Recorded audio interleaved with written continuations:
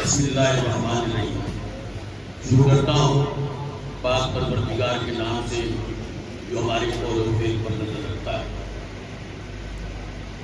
آج کی تقریب پہ معزز مہمان امیدوار برائے Sindh bar council district central Sultan Ali Khan صاحب اور زاہد شیخ صاحب، شہزاد راہی صاحب اور دیگر کیونکہ جتنے معززین یہاں بیٹھے ہیں میں سمجھتا ہوں کہ اتنے ہی معززین نیچے بیٹھے ہیں، تو آپ سب کی آمد کی وجہ سے ہی یہ تقریب جو ہے یہ اس کی رونق پڑی ہے۔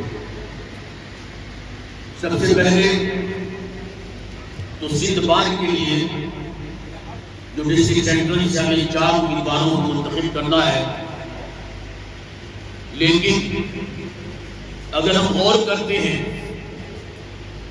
ذرا سی توجہ دیتے ہیں، بے شک اور لوگ بھی ہوں گے، لیکن ہم کسی آدمی کو اگر سب سے زیادہ معتبر سمجھتے ہیں وہ سلطان علی خان ہے۔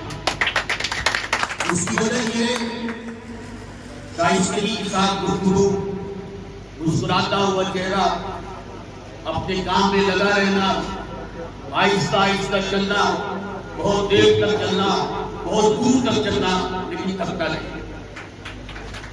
تو ایسا آدمی جس میں کام کرنے کی صلاحیت موجود ہو، جس میں کام کی لگن ہو، وہ وقت کے ساتھ محنت کرنا جانتا ہو اور ساتھ ساتھ اپنے پروفیشن کو بھی سمجھتا ہو، تو بھی کیوں کرنا ہمارا نمائندہ بن سکتا ہے۔ جو پروفیشن کو بھی سمجھے، با اخلاق بھی رہے، ایک دوسرے کے مسئلے کے اندر اپنے آپ کو انوالو بھی کرے، تو ہم کیسے کہہ سکتے ہیں کہ اس آدمی کو ووٹ نہیں دیں گے۔ ہمارا یقین اور ہمارا ایمان ہونا چاہیے کہ جس کو ہم ووٹ دینے جا رہے ہیں ہم اس بات پر یقین رکھتے ہیں کہ اس ووٹ کے قابل ہے، اس لیے کہ آپ کا ایک ایک ووٹ اس ووٹ کا آدمی کیسی ایک ایک ووٹ نہیں جا کر 1000 ووٹ رکھتا ہے۔ اپنے ووٹ کی اہمیت کو سمجھتے ہوئے ہمیں یہ ووٹ استعمال کرنا چاہیے۔ اور دوسری بات یہ کہ ذمہ داری سندھ بار کونسل کی اتفاق سے مجھے بھی سندھ بار کونسل کا ممبر رہنے کا موقع ملا۔ اس سے پہلے میں 2005 میں، آج سے 20 سال پہلے میں پہلی دفعہ جنرل سیکرٹری بنا، جوائنٹ سیکرٹری بنا، 3 دفعہ میں جنرل سیکرٹری بنا، لیکن وہ دور بڑا مختلف تھا اور آج کا یہ دور بڑا مختلف ہو گیا ہے۔ ایک طرف تو آپ کو اپنی آئینی ذمہ داری نبھانی ہے، مغلاں کو اپنی آئینی ذمہ داری نبھانی ہے، لیکن آج کل کے ماحول میں آپ کو اپنی اخلاقی ذمہ داری نبھانی ہے۔ جو کبھی ہم کہا کرتے تھے کہ پنجاب کی مغلاں لڑتے ہیں، مارتے ایک دوسرے کو، سائل کو مارتے، بدتمیزیاں کرتے ہیں، آج الحمدللہ کراچی بات بھی ہمیں نظر آ رہا ہے۔ یہ ہمارے لیے شرم کی بات ہے اور بدقسمتی ہے کہ جب کوئی غلط بھی کرتا ہے وکیل، تو دوسرا وکیل کے عہدیدار اس کو غلط کہتا نہیں، اور یہی وجہ ہے جن کی غلطیاں بڑھتی چلی جاتی ہیں۔ ایسی وکیلوں کو، سائلوں کو پیٹنا، ایسی پولیس والوں کو مارنا، آپ اگر حق ہے، اگر کوئی بدتمیزی کرتا ہے اس کے پکڑے اور پکڑ کے کراچی بار میں لے۔